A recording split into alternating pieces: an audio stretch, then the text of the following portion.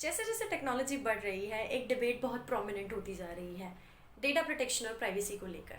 और इसी के अगेंस्ट, इसी के फेवर में एक बहुत इंपॉर्टेंट एस्पेक्ट हम सबके सामने आया है, पेगासस।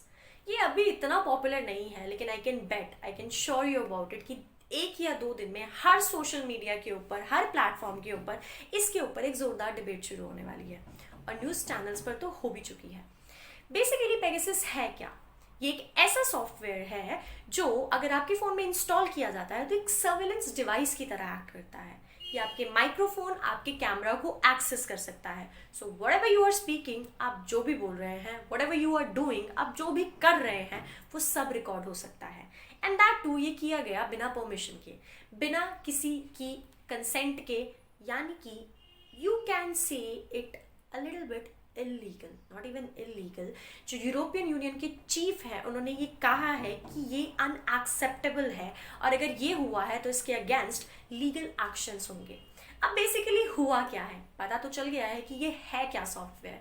हुआ क्या है, 2017 से 2021 के बीच में इन 4 सालों के अंदर बहुत सारे प्रोमिनेंट दिल्ली के diplomats, officials, journalist, opposition leaders, जिनमें कहा जा रहा है कि राहुल गांधी भी इंक्लूड थे, एक लिस्ट में इन सबके नंबर्स पाए गए हैं जिनके ऊपर ये सॉफ्टवेयर, जिनके नंबर्स पर, जिनके फोन्स में ये सॉफ्टवेयर इंस्टॉल था और उनको स्पाई किया जा रहा था, बेसिकली स्पाई किया जा रहा था। इन इन सब के अलावा इंटरनेशनल लेवल के जो एनजीओज थे वो भी उस लिस्ट में थे। फॉर एग्जांपल जो बिल गेट्स और मेलिंडा गेट्स की फाउंडेशन है उनसे रिलेटेड नंबर्स भी मिले हैं।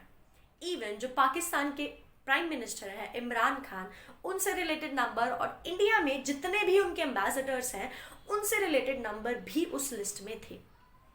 तो बेसिकली एक बयान आया कुछ देर पहले जिस पर अमित शाह ने कहा कि आप क्रोनोलॉजी को समझिए। अब उनकी क्रोनोलॉजी हालांकि है क्या इस चीज के पीछे, कुड बी पॉसिबल। हम दोनों चीजों के लिए बात करेंगे। पहले उन्होंने ये क्यों किया होगा, मे बी उन्होंने ये सिक्योरिटी के लिए किया है, क्योंकि आज के टाइम पे हम सब जानते हैं maximum traitors inside the circle है।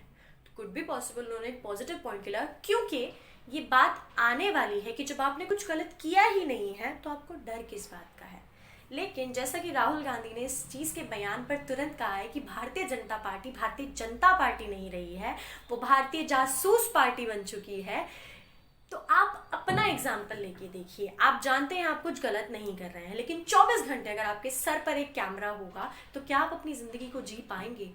आपके जो फंडामेंटल राइट्स है, जो इस डेमोक्रेटिक कंट्री की नींव है, क्या वो ब्रीच नहीं होती है? क्या आप एक आम इंसान की तरह अपनी जिंदगी बिता पाएंगे?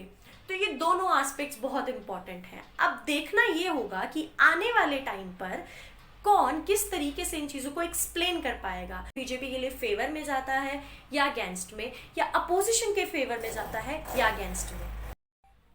Please do let me know what you people feel about it. Comment down your views and let me know that what is the right thing to go in this scenario. क्या लगता है कि ये करना सिक्योरिटी के basis पे ठीक है, या फिर सिर्फ किसी को शक के दायरे में रखकर अपनी पावर को ओवर रूलिंग दिखाना इस चीज का एजेंडा है? What do you people feel? Please comment down. Thank you so much.